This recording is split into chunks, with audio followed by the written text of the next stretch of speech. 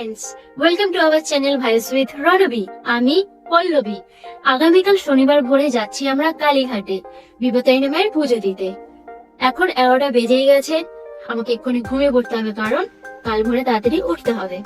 রনিতা আমাকে ভোরবেলায় আনতে আসবে। ওর পরিবারের সাথেই আমি যাব কালীঘাটে। সো গুড নাইট, দেখা হচ্ছে কাল ভোরে। গুড মর্নিং বন্ধুরা, ভোর 5টা বেজেই গেছে। আমি ঘুম থেকে উঠে ফ্রেশ হয়ে স্নান করে রেডি হয়ে নিলাম। রনি তো ফোন করে বলল নিতে আসছে। আজকের ব্লগটা একদম স্পেশাল।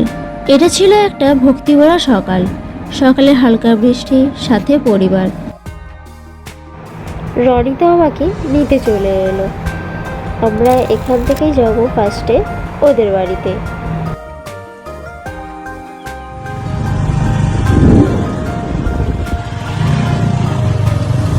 আমরা বেরিয়ে পড়েছি কালীঘাট যাওয়ার উদ্দেশ্যে। ফার্স্টে ওদের বাড়িতে যাব, বাড়ি থেকে মা বাবার সাথে নিয়ে তারপর একসাথে বেরোবো।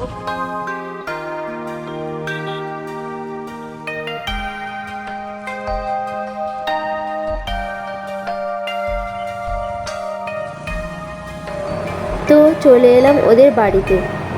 সবাই মিলে একসাথে রওনা দিলাম কালীঘাট যাওয়ার উদ্দেশ্যে। হাঁটতে হাঁটতে যেতে হচ্ছে বাস ধরতে।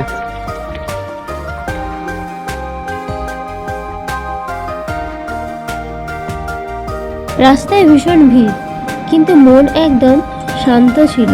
একটা আলাদা ভাইব আছে যখন মাকে নিয়ে এমন যাত্রা হয়, মন ভরে যায়। রনিমের প্রথম ডিভোশনাল ব্লগ, সেটা যেমন এক্সাইটমেন্ট দিচ্ছিল, তেমনই ছিল একরাশ ভালোবাসা।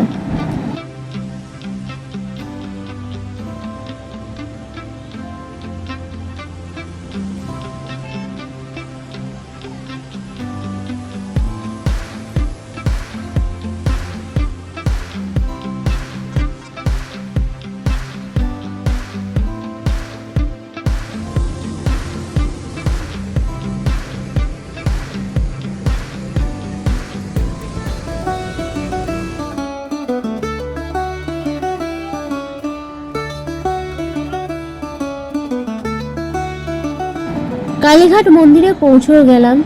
মার দরবারে পা দিতেই যেন সব টেনশন, সব ভয় উড়ে গেল।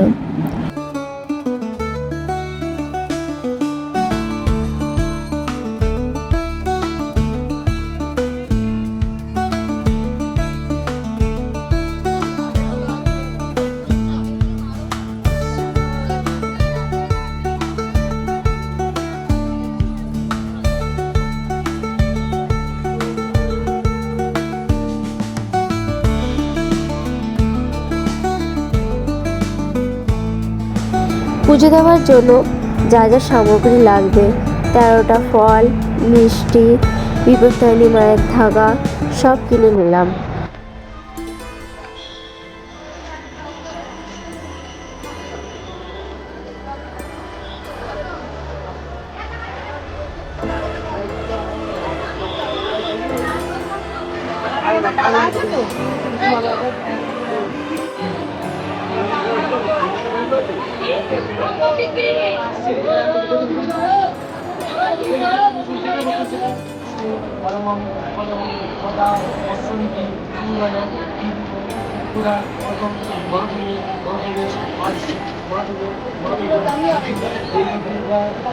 পুজো দিলাম মন থেকে, আর প্রার্থনা করলাম সবার জন্য, সুখে থেকো, ভালো থেকো।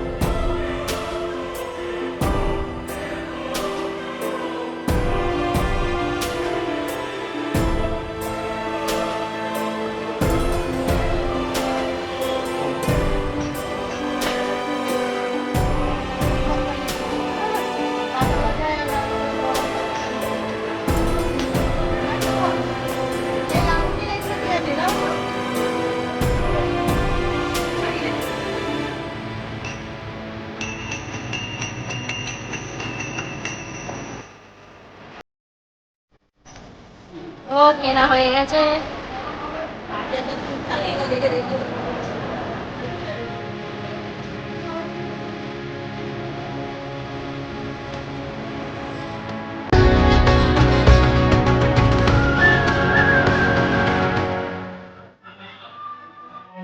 সবকিছু কমপ্লিট হয়ে যাওয়ার পর আমরা বাস স্ট্যান্ডে চলে আসি এবং ওয়েট করি বাস আসার জন্য। তারপর বাসে উঠে পড়ি। আর সব থেকে মজার ব্যাপারটা হলো, যেই বাসে করে আমরা কালীঘাট মন্দিরে এসেছিলাম সেই বাসে করে আবার বাড়ি যাচ্ছিলাম।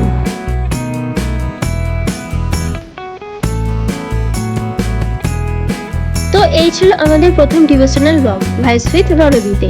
যদি ভালো লেগে থাকে অবশ্যই লাইক, কমেন্ট আর সাবস্ক্রাইব করে দিও। আর হ্যাঁ, তোমাদের প্রিয় জায়গার ব্লগ দেখতে চাও? কমেন্ট করে জানিও। ভালো থাকো, সুস্থ থাকো, দেখা হবে পরের ব্লগে। টাটা।